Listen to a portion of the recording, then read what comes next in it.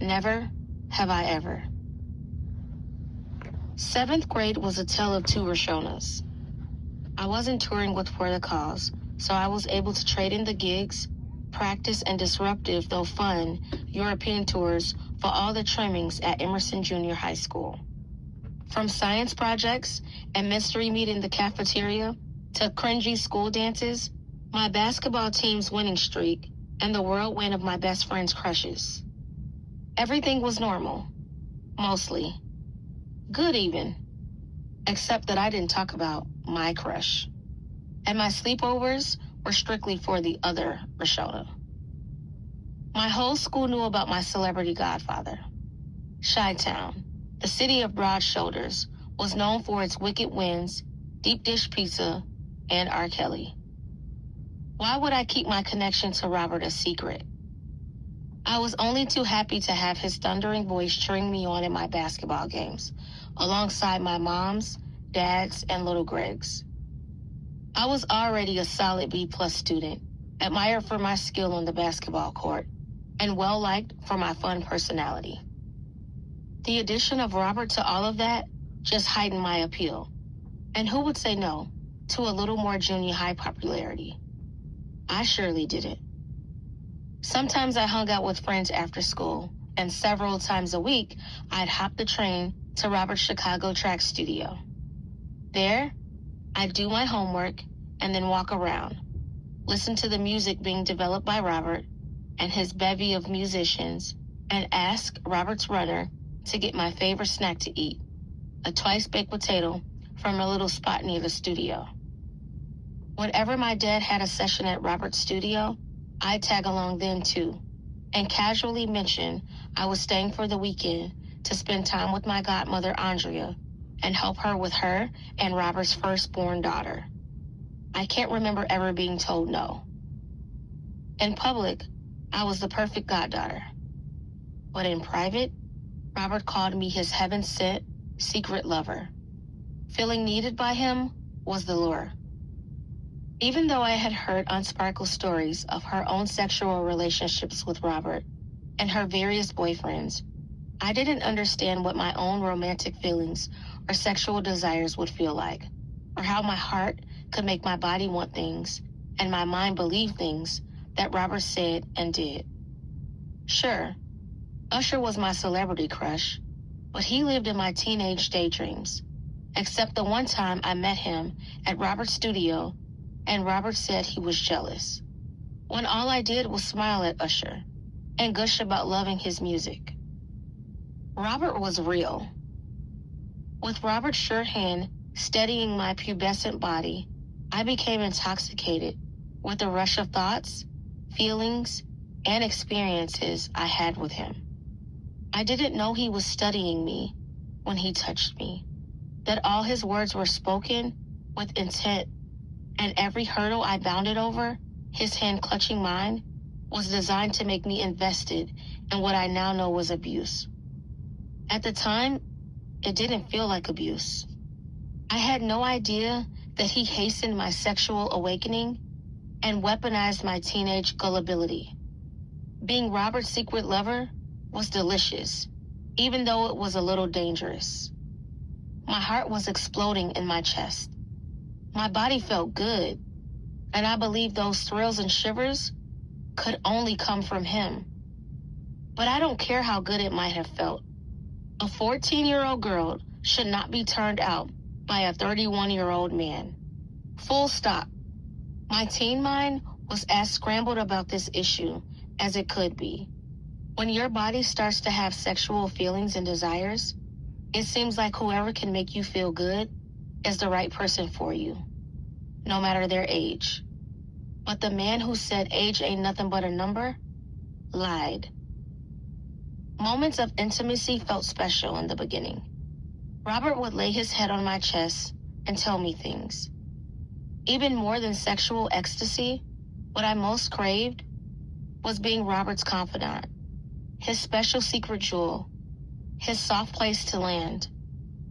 In the quiet, when it was him sharing difficult stories from his childhood or what was bothering him with his musicians or his family, I believed that our relationship was right. I believed that I was what he needed. You know what you are, Sho? You know what you are to me? No. You're my angel. God sent you to me. You think so? I know so. 'Cause you don't judge me. You accept me for who I am. My smile was loud enough for Robert to hear. He cocked his head and poked out his lips so I could kiss them. I did. These haters out here wouldn't understand what we got. They don't want me to have you. They want me all fucked up in my mental. I frowned. Are you? I didn't know what he would say, but the warmth that spread through me like maple syrup on pancakes made me want to hear whatever he wanted to say. And that moment, I was his safe place. And that felt good. Not now. Not anymore. Not with you, baby. His voice was just a whisper, but it set off fireworks inside of me. Robert ran his thumbs over his eyebrows, and then over mine.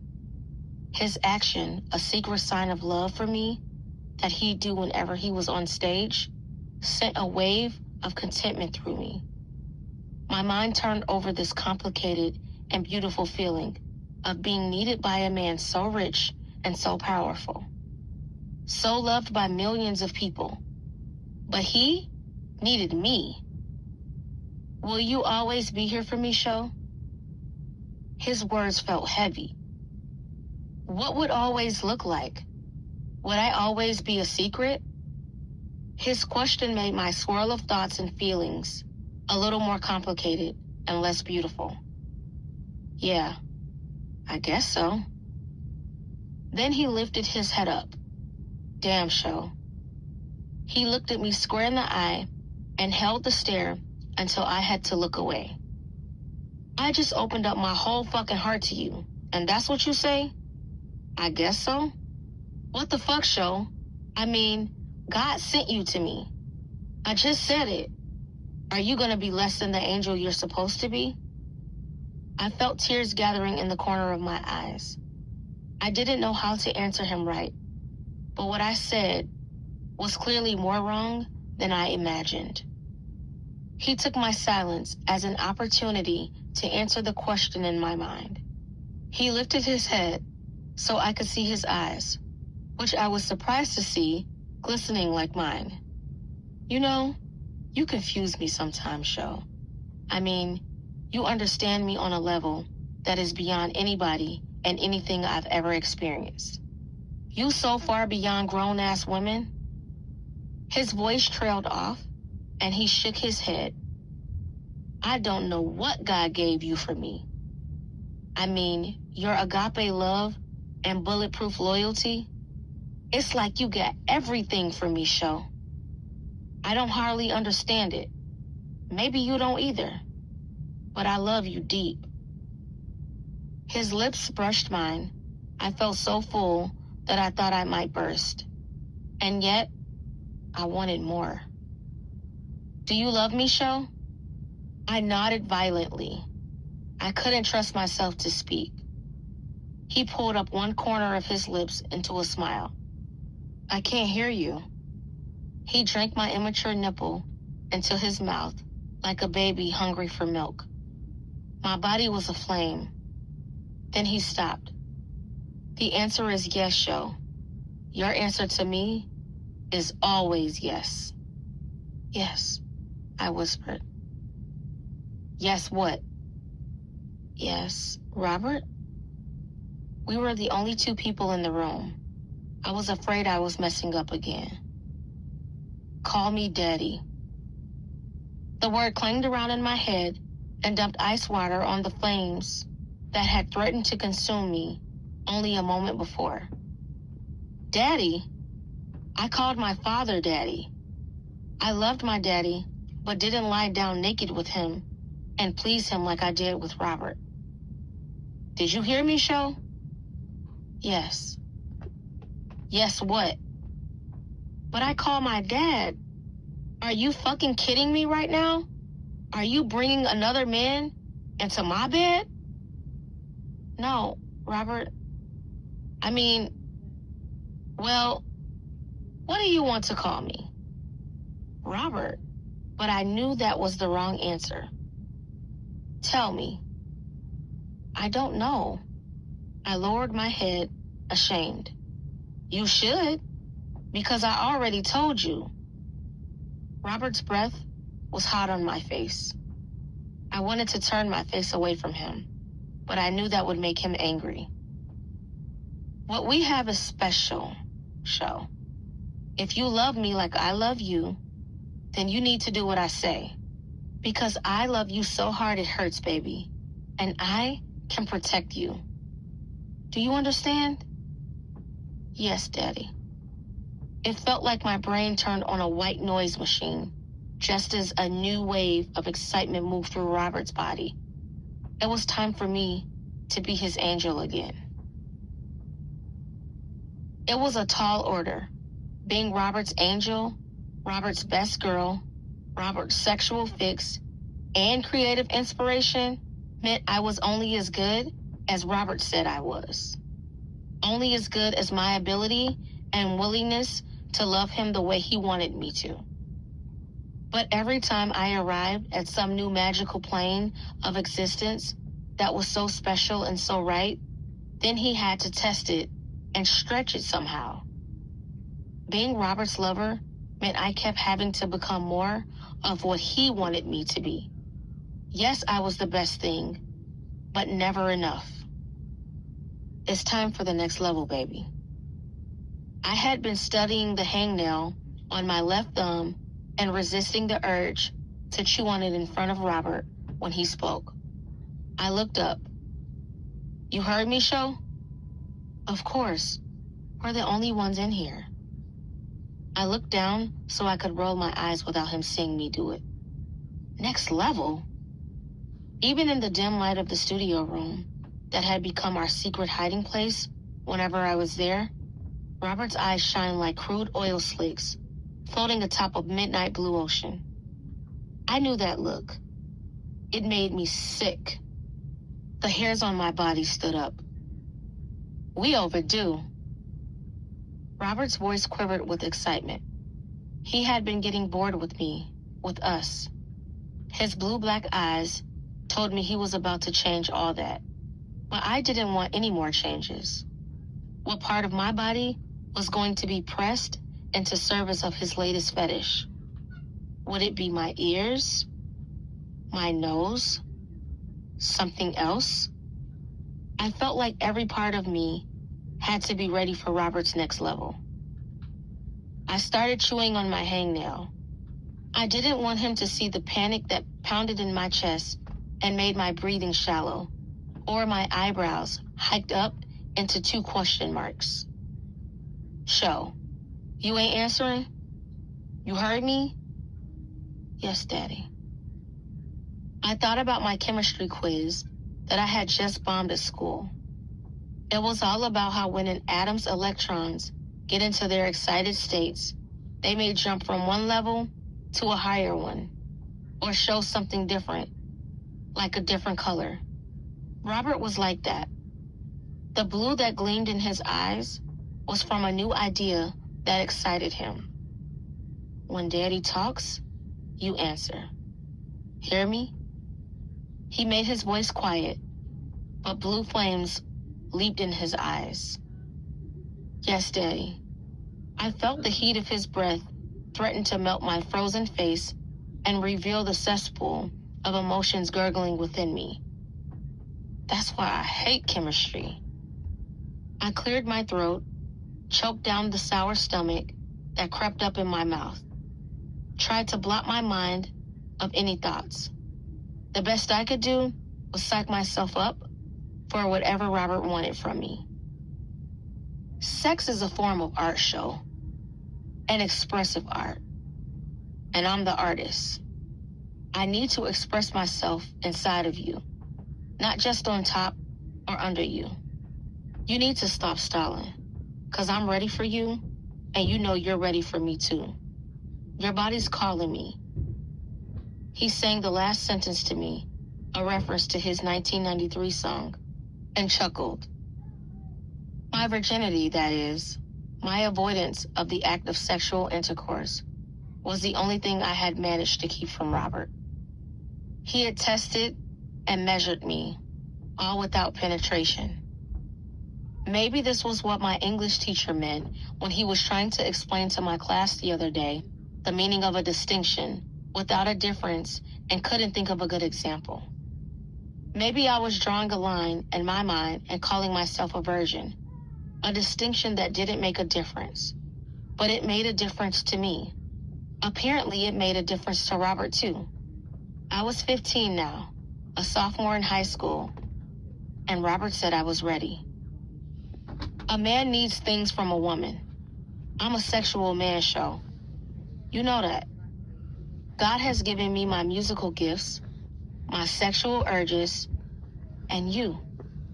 He done gave me all of that. He licked his lips. And show, you already know it's mine. I've already had you in a lot of ways. This is how we get closer to each other. He kissed me. You see what's around me, show? I can have anybody I want. You know that. But I choose you. So quit acting scared now. You've done everything else. I've seen it, touched it, licked it. You don't need to tell me no shit about what you can't do. It's what we need to go higher in our love. I watched him masturbate casually through his sagged jeans as his body grew more excited in anticipation of my yes. He penetrated me with his stare. But if you say no, I'm finna find someone else who'll say yes. I followed his logic. My body had already felt, done, and tasted more things than I wanted to admit. Things I was embarrassed by and ashamed of. So why was I holding out? I could see the thought bubble above Robert's head as he licked his lips meaningfully. I can be replaced. The seed of jealousy that had been planted within me 2 years before, when I knew Unsparkle was giving Robert something he wanted, and that had been watered by the pressure to please him, now sprouted as fear. If I said no, there was another girl, woman, boy, who would say yes. This was how he compelled my yes. But what's a girl's yes to the full size of a grown man? Robert poured himself into me, and I responded. I'm human after all. But I knew I had lost the thing I tried to hold on to. And I knew there would be more dares and new levels that scared me. With every thrust of him that crushed the breath out of my lungs, I began to understand that Robert's passion was an addiction, his and mine. After he came, he whispered into the space above my head, best remember how I made you feel just now, Sho. How I love to love you. The weight of his words was heavier than his body on top of me. I shook my head, my braids dragging across his chest. My basketball team had won the game, and we were now in the playoffs. Neither mom or dad would be able to make our first playoff game due to prior commitment. But when I told Robert I'd be flying solo, he had a different idea. I can come cheer on my favorite girl. Oh, yeah? Robert's words sounded innocent, but somewhere in my body, I felt like a test or a dare was coming. Something. Why you saying it like that, Sho? You know I'm a fan of basketball, and a fan of you. I knew. I also knew that whenever Robert came, he stole all the attention. I mean, people came to the games regardless of whether he was there, of course. But when he came, everybody cranked up the dial on their performance. Both our team and our opponents played harder. The fans cheered louder, the refs were more dramatic, and the spectators gawked at Robert and tried to get pictures with him. no matter what was happening on the court. It was fun to have him sometimes. But this was the playoffs. I didn't want him to distract me or make the refs and our opponents feel like they had to put on a show for him. I know. My voice was flat. Daddy, I added. Then what's with the face? Is it that you got a boyfriend you don't want me to know about? He smiled, but his voice had an edge. No, Daddy. Well, all right then. Besides, you got some cuties up in your school, don't you think? I frowned. Girls? Sure. There were plenty of cute girls, and cute boys for that matter. But I wasn't checking for any of them like that. I was so consumed with loving Robert that I hadn't given much thought to who else I might like. Robert liked threesomes, though, and I had been intimate with several girls and women of Robert's choosing when the mood struck him. But even though those experiences were designed to produce a sexual response in me, I didn't think I was a lesbian. At least I thought I preferred boys over girls. But Robert never asked me what I preferred or who I liked. It was always about who he liked and what he wanted us to do to each other, to please him. If we got some pleasure out of it, that was like a bonus. But girls at school were different. Girls at school were my classmates and teammates.